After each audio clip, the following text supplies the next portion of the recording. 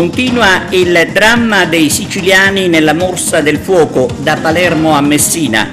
Un'ampia pagina del nostro telegiornale dedicata all'emergenza incendi. Il ministro per la disabilità Locatelli ad Agrigento e il direttore del parco Sciarratta la informa su come Agrigento accoglie i disabili. Altro riconoscimento per il colonnello Vittorio Stingo, un segno della grande stima per l'ufficiale. La festa dello sport agrigentino organizzata dalla FIGC. Intervista a Giulio Sanseverino, centrocampista dell'Agragas.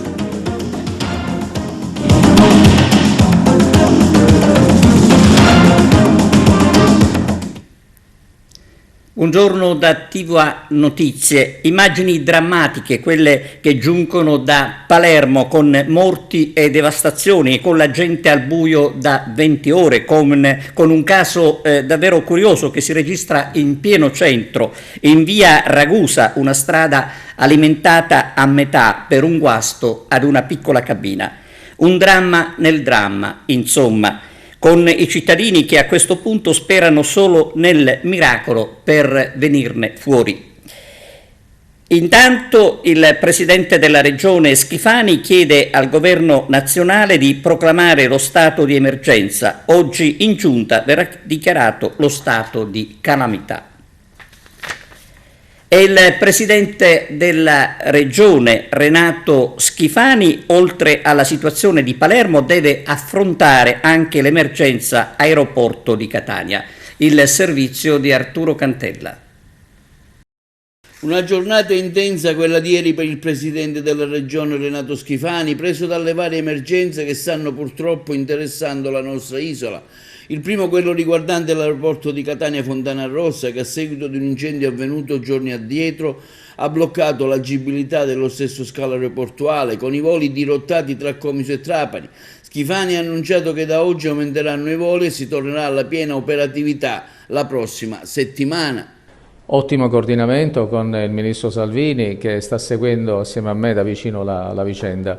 Vi sono delle previsioni ottimistiche di ripresa, come ha detto l'amministratore delegato alla SAC. Vi è un confronto collaborativo istituzionale tra la Presidenza della Regione Sicilia e il governo Meloni, che brilla sicuramente per quella che è l'attenzione che continua ad avere sempre nei confronti della mia regione. Da oggi mi auguro che l'ENAC ci consenta di portarli da 4 a 5 movimenti per ora, quindi 5 arrivi e 5 partenze. Nel frattempo stiamo continuando a fare la bonifica del Terminal A, siamo stati oggi a fare un sopralluogo al seguito del quale col presidente Schifani e col sindaco abbiamo poi fatto un collegamento col ministro Salvini e col presidente nazionale dell'ENAC, al quale abbiamo comunicato anche ulteriori lavori col comandante Sigonella, per cui si farà un piccolo ma importante terminal con una tensostruttura molto grande che consentirà di aumentare ancora il numero dei voli per ora attraverso una struttura che sarà montata entro domenica e che quindi dopo un paio di giorni sarà operativa, perché montata questa tensostruttura dall'aeronautica militare noi si possa mettere dentro i radiogeni e tutti quegli apparecchi per farne un terminal. Nel frattempo si sta procedendo alla bonifica del Terminal A. La ditta più importante che ci sta lavorando, che è Belfor, ci ha detto che entro la fine del mese di luglio o i primi 2 giorni per essere precisi del mese di agosto ce lo dovrebbero riconsegnare completamente bonificato. Questo significa che una volta consegnatoci il terminal si dovranno ottenere quelle necessarie certificazioni, che ovviamente non sono nostre ma che ci dovranno dare per l'area, per tutta una serie di altre cose, e per le quali contiamo di non perdere un secondo per poi tornare a essere totalmente operativi anche nel Terminal A. Dall'altro l'emergenza incendi a Palermo, una situazione, afferma Schifani, senza precedenti, perché le altissime temperature unite ai soliti incendiari in quanti hanno e stanno creando un danno immenso, annunciando che sta attenzionando l'emergenza, assicurando ai cittadini che il coordinamento degli interventi funziona. La situazione è sicuramente delicata, senza precedenti, perché le altissime temperature unite ai soliti incendiari delinquenti hanno creato e stanno creando un danno elevato, ma per fortuna non registriamo vittime se non nella donna anziana di San Martino. seguo momento per momento la vicenda, l'ho seguita tutta la notte, rientrerò verso l'ora di pranzo e mi occuperò anche della collocazione degli evacuati, perché questa notte sono state costrette molte famiglie ad andare via. C'è un coordinamento che funziona, naturalmente sono fatti imprevedibili ed imprevisti perché ormai l'ecosistema è cambiato. Come assistiamo alle bombe d'acqua d'inverno, adesso assistiamo a questi climi che sono veramente pericolosi per l'incolumità di uomini, donne e cose. Un fatto del genere credo che non abbia precedenti, non registro in passato un tipo di caldo così elevato, ma non lo dico io, lo dicono gli osservatori. È evidente che questa è una conferma del cambiamento dell'ecosistema, sia invernale che purtroppo anche estivo. Ci dovremo adeguare e organizzare. Per l'inverno già ci stiamo pensando col progetto che desidero mettere in campo sulla pulizia straordinaria di tutti i fiumi. Su questo aspetto estivo dovremo verificare quali contromisure adottare. Nella morsa del fuoco a Palermo anche la chiesa di Santa Maria di Gesù. Distrutte dalle fiamme le spoglie del vescovo agrigentino Beato Matteo Guimerà, il servizio di Margherita Trupiano. Fu Beato Matteo d'Agrigento a volere la costruzione del convento intitolato a Benedetto il Moro, copatrono di Palermo, annesso alla chiesa Santa Maria di Gesù, sita nell'omonimo quartiere ai piedi del Monte Grifone, distrutta ieri parzialmente da uno dei numerosi incendi che hanno avvolto la città. L'edificio di culto custodiva le spoglie di Beato Matteo Guimerà, agrigentino di nascita, e che pare da una prima sommaria ricostruzione siano andate distrutte. La chiesa di Santa Maria di Gesù comprende la primitiva chiesa di Sant'Antonio di Padova, il cimitero omonimo, il convento di San Benedetto il Moro voluto da Beato Matteo d'Agrigento ed alcune cappelle gentilizie, tra le quali quella della famiglia Borsellino in cui riposano Paolo e la sorella Rita. Matteo Guimerà, nato ad Agrigento, fu una figura molto importante per i cittadini palermitani, dato che per farsi capire da tutti comunicava con loro in dialetto, nonostante fosse una persona molto colta. Fu vescovo di Agrigento dal 1442 al 1445 ed è stato scelto come patrono del settimanale cattolico agrigentino, l'Amico del Popolo. E sulla costruzione del convento voluta dal vescovo agrigentino si narra che nella contrada di Santa Maria di Gesù vi siano installate due croci legate alle vicissitudini dello stesso convento, una delle quali fece costruire il Beato Matteo Guimerà proprio nel punto in cui si fermò l'asino lasciato libero di dirigersi verso il luogo in cui costruire il convento come segno del volere di Dio.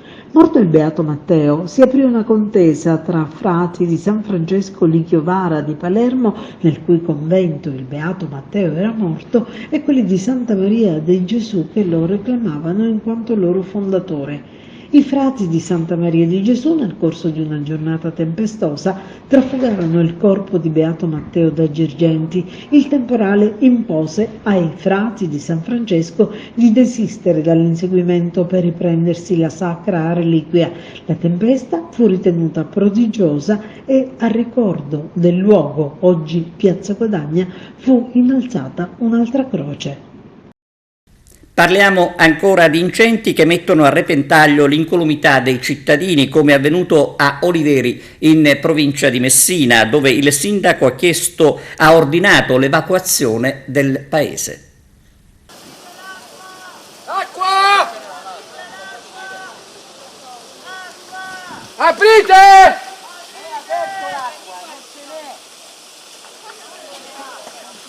Finita l'acqua! È finita! Gravissimi disagi a Oliveri, siamo qui a Marinello dove diverse strutture turistiche sono state lambite dalle fiamme, qualcuna è stata anche aggredita dalle fiamme.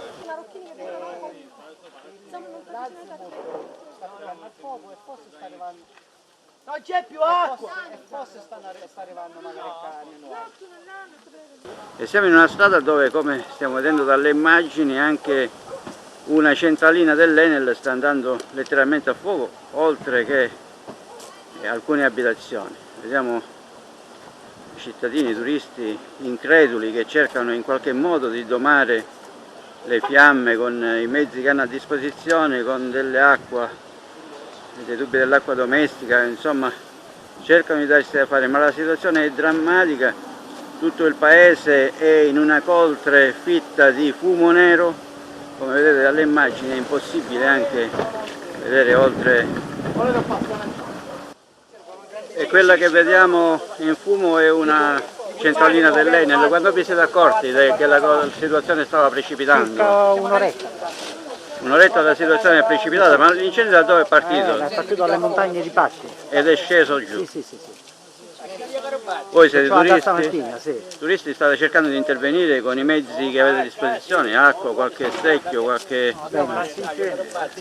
Antincendio. il sistema antincendio naturalmente, però a volte non è neanche sufficiente perché Abbiamo bisogno i Canadair. Bastava un Canadair stamattina che pigliava sulla montagna, che si è visto proprio ad occhi aperti, e tutto questo gran casino non c'è. Però c'è tutta la Sicilia in fiamme e anche noi siamo figli della Sicilia. Lo so, però è anche da mettere in conto i disagi. Ho capito, ma anche noi siamo figli da Palermo, da stanotte che piglia fuoco, perciò sono abbiate da.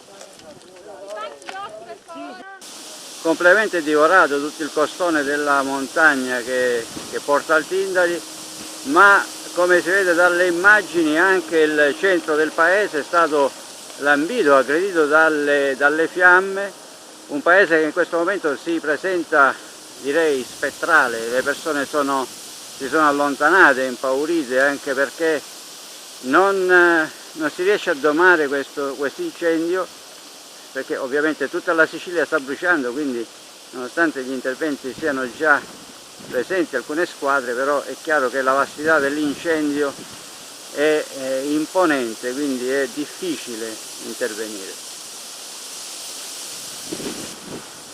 Non c'è nessuno per le strade, la gente si è allontanata dalle case perché qualche casa è stata lambita, forse qualcuno è andato anche a fuoco, e quindi la preoccupazione è tantissima e la gente si è allontanata. Vedete che nuvola di fumo che si alza dietro questa casa.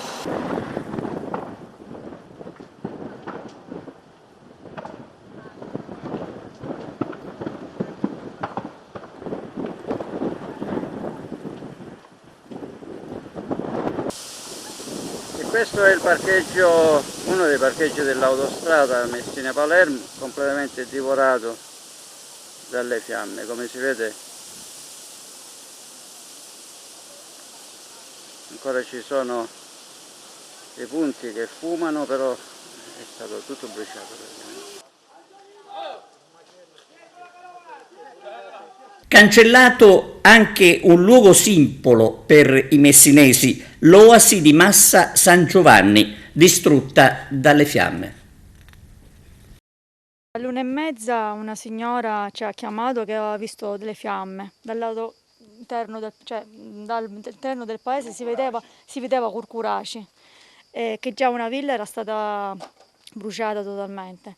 E allora poi infatti la notte io non sono riuscita a dormire e cercavo di controllare il fuoco, che infatti poi alle 4:30 ha preso qui la villa e ha bruciato tutto l'interno e qua gli alberi quasi tutti, e noi ha bruciato un magazzino.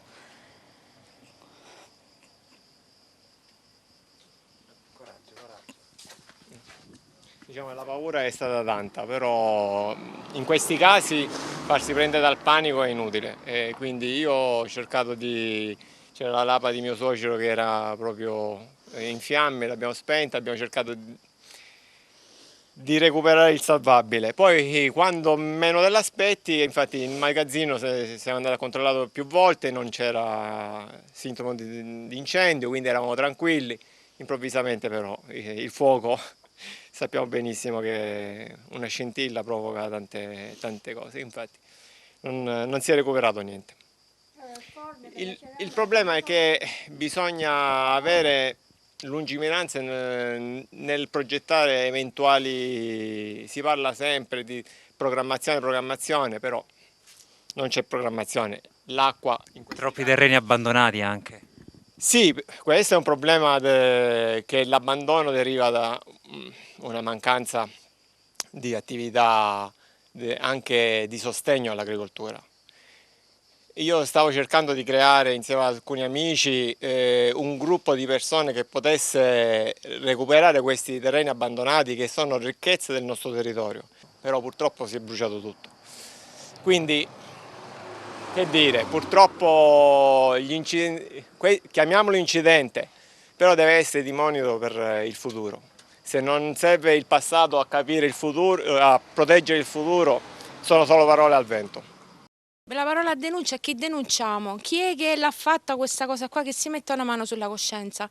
Perché appiccare il fuoco e poi perché non si pensa a quello che si è creato. Cioè, noi siamo dovuti scappare di casa, non potevamo uscire né qua davanti né sopra, avevamo casa piena di fumo, ma anche tante persone qua impaurite, scappate di casa. Cioè, non trovo corretto, non è giusto questo, non capisco il perché, non c'è comprensione. Padre Giuseppe è stato con noi, poverino, tutta la mattinata per darci supporto anche morale, perché lui era veramente, si è comportato da padre verso i figli, quindi perché è preoccupatissimo. I soccorsi? Sono arrivati un po' in ritardo, questo lo dobbiamo dire, però poverini erano stanchi morti perché erano dovuti andare a spegnere altri incendi, quindi quando sono arrivati qua erano pure senza acqua, però hanno fatto prestissimo alla fine. Infatti poi sono entrati qua dietro, hanno spento quello che c'era, questo non possiamo dire, non possiamo parlare male dei soccorsi, perché erano distrutti pure loro. Io ho fatto i complimenti perché loro si ammazzano, fare il pompiere non è facile. Non è facile, e quando ci sono questi incendi in più parti dell'isola di Messina, quello che è, manca purtroppo le competenze, non ci sono le persone che mancano le unità in pratica, quello è, perché ci sono gli aiuti ma mancano le unità e quindi pazienza, l'importante è che ci siamo salvati la pelle, poi alla fine tutto si aggiusta. Chiudiamo l'ampia pagina dedicata all'emergenza incendi in Sicilia con una intervista al sindaco di Taormina, Cateno De Luca. Noi stiamo cercando di ripristinare l'erogazione dell'acqua perché ieri si è interrotta in quanto è mancata l'erogazione della luce e quindi abbiamo acquistato in nottata anche gruppi elettrogeni proprio per lasciare definitivamente anche questo servizio coperto in relazione a queste situazioni. Già li stiamo installando e credo che nel giro delle prossime ore da questo punto di vista sarà risolto anche questo problema. I sindaci sono stati alla fine lasciati da soli, io ho vissuto personalmente tutte le dinamiche ieri con i volontari della protezione civile locale, devo dal punto di vista ringraziare anche quei pochi uomini della forestale che sono accorsi da noi, i carabinieri, la nostra polizia municipale. Abbiamo cercato di fare quello che potevamo fare. È ovvio che un Canadair ci avrebbe sicuramente risolto il problema, abbiamo più volte chiamato il sistema regionale di protezione civile, però non abbiamo avuto alcun riscontro, quindi c'è sicuramente un problema che non riguarda solo questo momento, ma ogni anno vediamo che il sistema della protezione civile regionale comunque non riesce a far fronte con una pianificazione corretta. Noi ieri siamo riusciti con una sola senatrice nel Parlamento nazionale a far approvare una mozione all'unanimità al Senato, e questa l'ha proposta Daphne Musolino, senatrice di Sud Chiama Nord, e che prevede già una commissione d'inchiesta che partirà immediatamente e ovviamente anche una revisione complessiva di quello che è il sistema di urgenza ed emergenza che non ha funzionato né a Catania né in ambito regionale, perché è ovvio che spostare quelli che sono voli da un aeroporto all'altro ha messo in tilt l'intero sistema. Allora vuol dire che anche da questo punto di vista la pianificazione non c'è e quindi questo ci preoccupa, non solo perché non sappiamo quando la situazione tornerà alla sua normalità, ma ha anche messo in evidenza che da questo punto di vista siamo nelle mani di nessuno. E cambiamo quindi argomento. Come accoglie i disabili la città di Agrigento? Il direttore del Parco Archeologico Roberto Sciarratta lo ha spiegato al ministro Locatelli. In occasione della visita del ministro per la disabilità Alessandra Locatelli, avvenuta nella giornata di domenica presso Casa San Filippo, Al termine del convegno sul tema e l'incontro con le diverse realtà locali, il direttore del parco, Roberto Ciarratta, ha voluto mostrare i percorsi che lo stesso ente ha realizzato nel tempo per i disabili nell'ambito del progetto di accessibilità messo in campo alcuni anni fa e che oggi vede quasi la sua completezza, innanzi ovviamente al Tempio della Concordia. Soddisfatto il ministro Locatelli per l'opportunità di visitare la valle notturna, esprimendo il suo compiacimento per quanto realizzato, tale da poter permettere a tanta gente che versa in condizioni di disabilità di potersi recare presso la valle a visitarla. Siamo alla Valle dei Templi, dietro di noi il maestoso Tempio della Concordia. Stiamo percorrendo la valle all'interno di quel progetto di accessibilità che abbiamo messo in campo alcuni anni fa e che oggi vede la sua quasi completezza. Siamo con il ministro Locatelli per la disabilità e stiamo percorrendo la valle, stiamo discutendo di quello che sono i problemi che riguardano il mondo dell'accessibilità a 360 gradi, che non riguardano solo l'accessibilità motoria o la uditiva, ma che riguardano l'accessibilità cognitiva, sensoriale.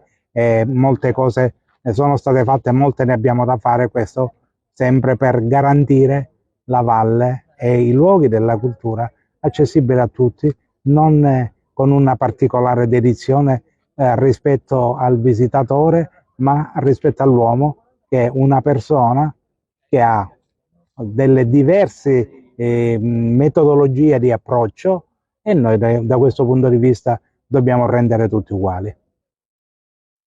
Grazie direttore per questa opportunità straordinaria. Io penso che poter visitare la Valle dei Templi, peraltro in notturna, sia meraviglioso, una grande opportunità per tutti peraltro, e questo è straordinario, un grande orgoglio penso per Agrigento, per la Sicilia, ma davvero per tutto il paese. Ecco perché sono qui, per dire che davvero in questo luogo possono arrivare tutti e capisco anche che ci sono tante sfide anche per il futuro aperte, quindi è iniziato un percorso che davvero porterà la Valle dei Templi e la provincia di Agrigento a essere conosciuta da tante famiglie, anche che con persone care che magari hanno una difficoltà motoria, una disabilità anche sensoriale o intellettiva, vorranno visitare la Valle dei Templi. Un'opportunità straordinaria, devo dire, però anche facilitata non solo per le persone con disabilità,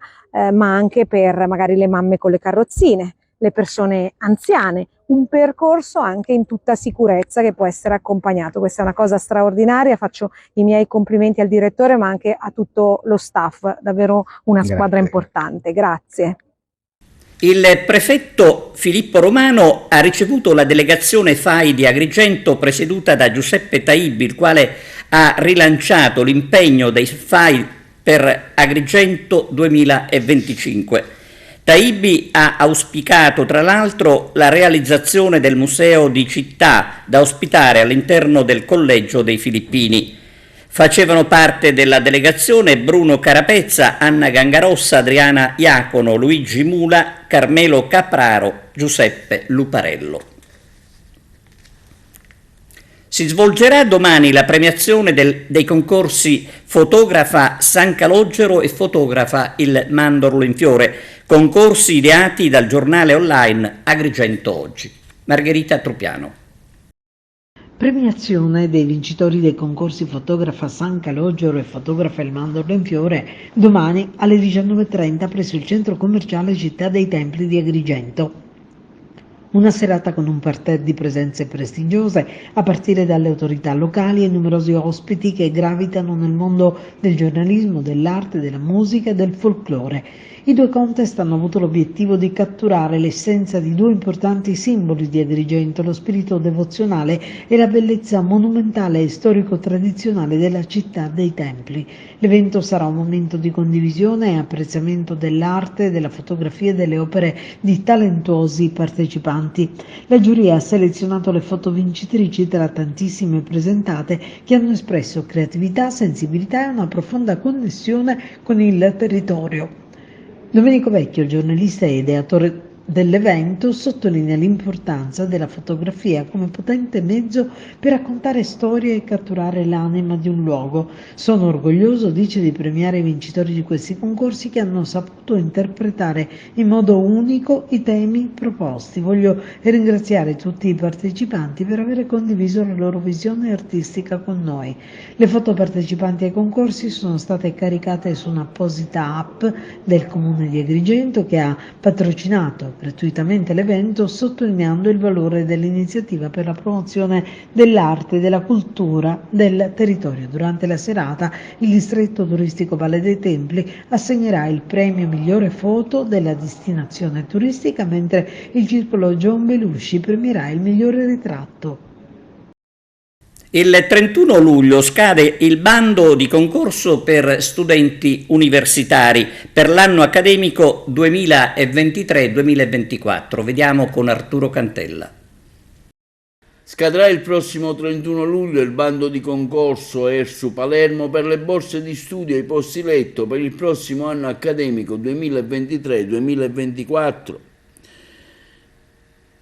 La soglia ISEE è stata alzata da 21.500 a 22.500 per permettere a un maggior numero di giovani appartenenti a famiglie di operai, impiegati e partite IVA meno ambienti di poter rientrare tra i beneficiari di borse di studio, posti letto e ristorazione universitaria gratuito, mentre resta invariato il valore ISPE per 51.361,58 euro. La partecipazione al concorso avviene esclusivamente online e per l'anno accademico in corso ha già visto l'attribuzione di più di 10.000 borse di studio, pari al 100% dei richiedenti, e di 800 posti letto, mentre sono quasi 500.000 i pasti che annualmente vengono serviti agli studenti gratuiti, in maggior parte dei casi o con un piccolo contributo. Anche gli studenti non ancora iscritti all'università oppure alle varie accademie belle arti o conservatori di musica possono partecipare, mentre gli iscritti al secondo anno e successivi possono far valere la loro carriera universitaria in termini di CFU conseguiti entro il 10 agosto. La procedura online per la compilazione e l'invio della richiesta termina alle ore 14 del giorno 31 luglio 2023. Tra le novità che annuncia il presidente ERSU Michele D'Amico, l'aumento dell'8,1% degli importi minimi delle borse di studio, che saranno quindi più pesanti, e un maggiore numero di posti letto che passano da 800 dell'anno precedente a 944 messe a concorso grazie all'acquisizione da parte dell'ente delle strutture immobiliari San Nicola Albergherie e Santissimo Salvatore a Palermo. I 48.000 studenti della Sicilia possono partecipare al bando, sono iscritti o iscriventi alle istituzioni universitarie, tra cui anche la Belle Arti Michelangelo di Agrigento, conservatori di musica, tra cui il Toscanini di Ribera. Le migliorie al bando sono state rese possibili grazie ai fondi europei nell'ambito del PNRR, iniziativa Next Generation EU, investimento 1.7, borse di studio per l'accesso all'università. Missione 4, componente 1. Per maggiori informazioni si può visualizzare il bando sul sito ersupalermo.it. Stima e apprezzamento per l'impegno profuso nella provincia agrigentina per il comandante provinciale dei Carabinieri, colonnello Vittorio Stingo. Un altro comune, quello di Palma di Montechiaro, gli ha conferito la cittadinanza onoraria. Arturo Cantella. Conferita la cittadinanza onoraria da parte del comune di Palma di Montechiaro al colonnello Vittorio Stingo nella giornata di ieri 25 luglio, una cerimonia che si è tenuta presso l'aula della biblioteca comunale a Palazzo Ducale, tanta la gente presente all'evento, che ha visto anche la partecipazione del prefetto, del primo cittadino Stefano Castellino, ovviamente del colonnello Stingo. Oltre alla cittadinanza onoraria, il sindaco ha anche consegnato simbolicamente le chiavi della città al colonnello Stingo. Per noi oggi è un momento molto importante, innanzitutto per noi è un grande privilegio accogliere qui Sua Eccellenza il Prefetto e le massime autorità provinciali del nostro territorio. Palma di Montechiaro ha un aspetto assai particolare, come ormai ben sapete da 6 anni noi cerchiamo di riannodare le fila col passato, un passato quello glorioso, quello della famiglia Tomasi, e la legalità è un punto imprescindibile, ma non dimentichiamo perché non deve mai ripetersi il passato prossimo, quello triste, quello del quale vergognarci e chiedere scusa all'umanità tutta per quello che si è stati capaci di fare, con una sospensione della umanità stessa. Oggi Palma riafferma il suo ruolo e ringrazia questi eroi contemporanei, eroi locali e nazionali che sono i carabinieri e tutte le forze dell'ordine, perché solo grazie a loro si può amministrare con serenità e costruire un futuro migliore per la nostra terra. Da soli non si potrebbe fare. Insieme ai nostri angeli possiamo pianificare il futuro che questa terra finalmente merita. Con questa manifestazione sanciamo per l'ennesima volta un accordo tra istituzioni, è sicuramente un traguardo personale, ma ancora di più per l'Arma dei Carabinieri e per l'amministrazione comunale di Palma di Montechiaro, sancito alla presenza del signor prefetto di questa provincia un accordo di legalità tra le istituzioni, Palma e i suoi carabinieri insieme per una comunità sicuramente migliore, più libera e più democratica. Emozionato di tutte queste cittadinanze, Aragona, Naro, insomma non si aspettava così tanto affetto da parte della nostra provincia. Sono emozionato e soddisfatto, è un affetto incredibile che tutti quanti mi stanno dimostrando, soprattutto al termine di qualche mese un po' più difficile degli altri, in cui sicuramente c'era stato in qualche modo un minore affetto verso l'Arma dei Carabinieri, e invece così tutti quanti stanno dimostrando che sono stati al nostro fianco, che hanno sempre creduto in noi, e per questo noi non smetteremo mai di lottare per i nostri cittadini. Prefetto, oggi una manifestazione importante, la cittadinanza comunale al Colonnello Lussingo. È una manifestazione importante, lo è in modo particolare a Palma di Montechiaro, che è una città di illustri natali, che ha conosciuto dei periodi storici piuttosto vivaci nel recente passato e che oggi invece si avvia a diventare un punto di riferimento per la legalità oltre che per la cultura, come è da tempo. Quindi questa cittadinanza onoraria oggi assume un significato in effetti particolarmente pregnante. Io sono ben felice di essere qui per questo. Pausa per la pubblicità, linea alla regia, a tra poco. L'estate a Montevago, presentato il cartellone dal sindaco Margherita La Rocca Ruvolo. L'estate montevaghese abbiamo cercato anche quest'anno di fare in modo che possa Montevago essere un punto attrattivo e possa richiamare tanta gente, oltre ovviamente ai nostri concittadini, ai turisti che vengono per le loro ferie.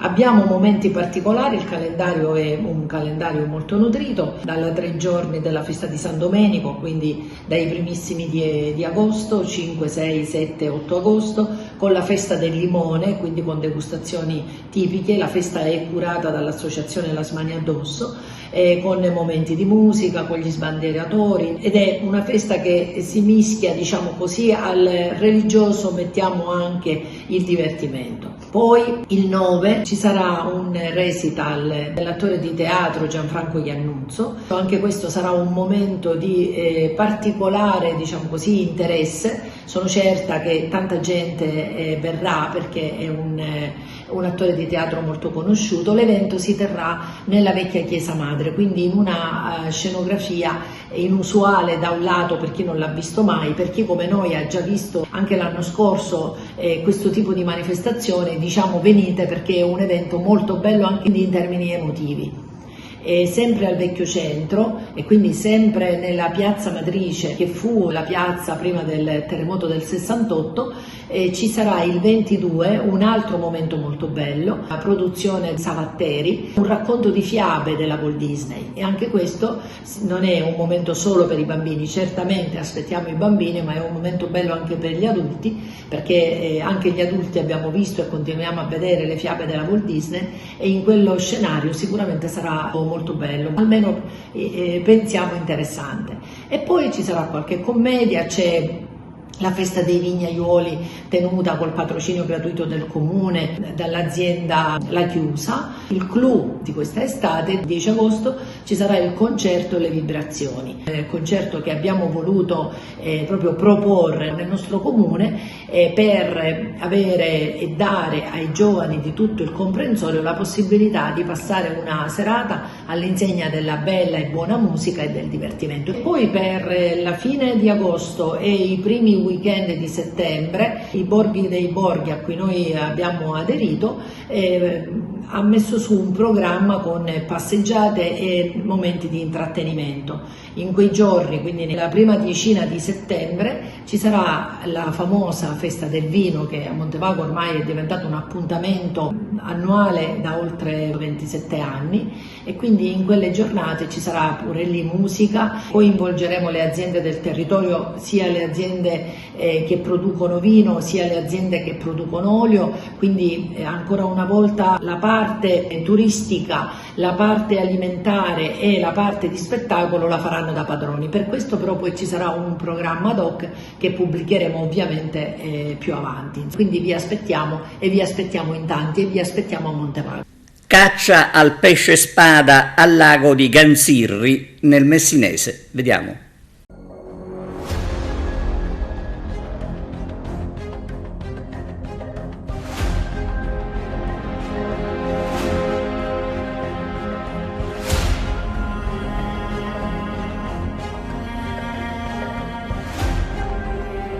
Riteniamo che recuperare la tradizione sul lago di Ganzirri consenta di andare a teatro, in un teatro naturale, di poter godere di quello che abbiamo sentito nei racconti o visto negli antichi filmati, cioè come si cacciava, perché oggi la nuova imbarcazione, le feluche che noi conosciamo, sono la sintesi di due imbarcazioni, il luntro e la feluca da posta. La feluca da posta era quella che dava l'avvistamento principale e invece il luntro era quello che partiva per andare a caccia con le indicazioni che venivano date dall'antenna. Adesso le due imbarcazioni si sono fuse in un'unica imbarcazione che è la feluca che noi conosciamo. Per cui è un recupero di tradizioni, è un recupero per noi messinesi, ecco, di riappropriarci della nostra storia e soprattutto essere capaci di raccontarla. Il pesce spada rappresenta una storia, una leggenda, e noi con questa manifestazione vogliamo dare soddisfazione al pesce spada e vogliamo dare soddisfazione al territorio. Quindi la rappresentazione all'interno del Lago Grande di Ganzirri significa un teatro naturale che noi abbiamo, un teatro che può essere sede di tantissime iniziative. In questa fase diamo soddisfazione alla caccia del pesce spada, alle feluche, ai luntri che rivivranno di nuovo la loro vita all'interno del Lago Grande di Ganzirri. Quindi è una manifestazione che vuole un po' rappresentare e dare soddisfazione in modo particolare al territorio e a tutti gli eroi che da allora a oggi danno caccia al pesce spada e gli danno da vivere.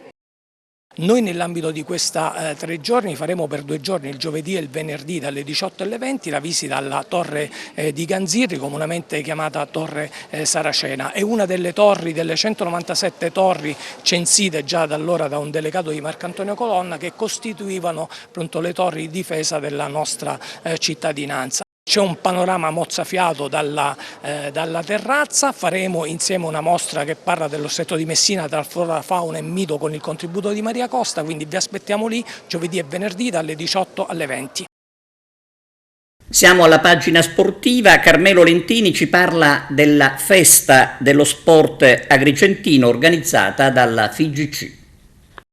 Si è svolto martedì scorso la festa dello sport agrigentino per la stagione 2022-2023 organizzata dalla locale FIGC. Si è trattato di un incontro con tutte le società di calcio agrigentine che si sono distinte e che hanno vinto i propri campionati. È stata consegnata una targa a Cristian Caltagirone, calciatore agrigentino della rappresentativa Under 19 di calcio 5 della Sicilia, vincente del torneo delle regioni. Poi è stata consegnata una targa Premio Fair Play a Gaetano Profumo, presidente dell'Atletico Licata, una targa alla famiglia del compianto Tonino Butera. Poi è stata premiata anche con una Supercoppa la vincente Under 19, la Società dell'Atena. Ancora la Società dell'Atena ha ricevuto pure anche il trofeo per il primo Memorial Tonino Butera Under 17. Sempre l'Atena si è aggiudicata anche la Coppa Primavera Under 14, mentre l'Unitas Sciacca ha vinto la Coppa Primavera Under 15 ed anche la Supercoppa Under 15. Poi è stata premiata la società della città di Ribera, che è stata la vincente della Supercoppa Under 17. Sempre l'Unitas Sciacca ha vinto invece la Coppa Primavera Under 17. È stata premiata anche la squadra femminile di calcio a 5 che ha partecipato al campionato di Serie D, vale a dire l'Acregas 2018. Chiaramente ha vinto il campionato di Serie D il Futsal Academy Canicattì e anche questa squadra di calcio a 5 ha ricevuto il trofeo. Vincente playoff campionato Under 14 la società del Ponte di Ferro, poi la Virtus Favara che ha vinto il campionato Under 14, la società Village Renato Traina ha ricevuto il trofeo del campionato Under 15. Sempre la società città di Ribera ha vinto anche il campionato Under 17, mentre l'Unitas Sciacca ha vinto il campionato dell'Under 19. In più sono state premiate il Cianciana, che è stata la vincente playoff di terza categoria, e il Ribera 1954 che ha vinto il campionato di terza categoria.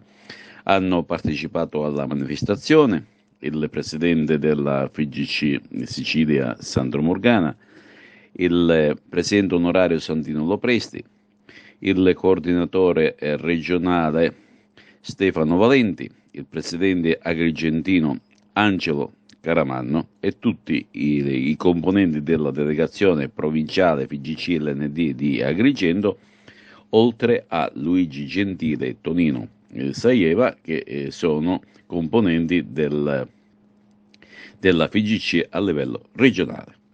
Perché riteniamo che così la qualità aumenta. Lo facciamo perché siamo convinti che sui giovani dobbiamo puntare, e se dobbiamo puntare sui giovani dobbiamo dare ai giovani delle opportunità diverse rispetto a quello che fino ad oggi noi abbiamo dato. Ecco perché io sono convinto che tutto il lavoro che produciamo, che abbiamo prodotto, che mettiamo in atto e che facciamo, guardate, con dedizione, con amore. Ora ascoltiamo il centrocampista dell'Acragas, Giulio Sanseverino. Giulio Sanseverino torna all'Acragas dopo l'esperienza in Lega Pro con quanta voglia di fare bene, con quanto entusiasmo? Senza dubbio, con grande entusiasmo, torno qui oltre con molto piacere perché ritrovo tanti amici, però sono contento di essere tornato qui, le prime impressioni sono ottime, quindi sono contento. Organico alla mano, che Acragas è? No, senza dubbio è un bel Acragas. Ho visto già il primo allenamento con grande intensità nonostante fosse soltanto il primo, quindi bene, sono soddisfatto e mi auguro di fare un bel campionato. Insomma. Ti aspetti una Serie D di che livello? Sicuramente la Serie D gli ultimi anni, anzi già da un po' di anni, è un bel campionato, si è alzata la qualità, quindi sarà un campionato duro, ma saremo preparati al meglio.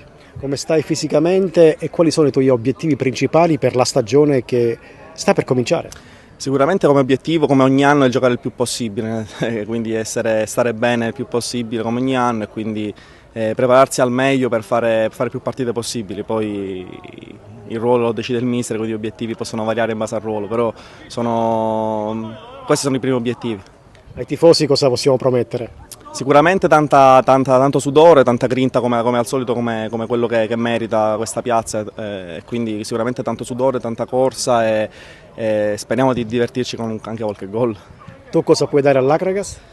Sicuramente un po' di esperienza dopo tanti anni che giro e quindi sicuramente quella la metterò a disposizione della squadra, questa senza dubbio la prima cosa, poi anche la corsa e magari il far girare un po' la palla, queste sono le mie qualità. È tutto, grazie per la vostra attenzione e arrivederci.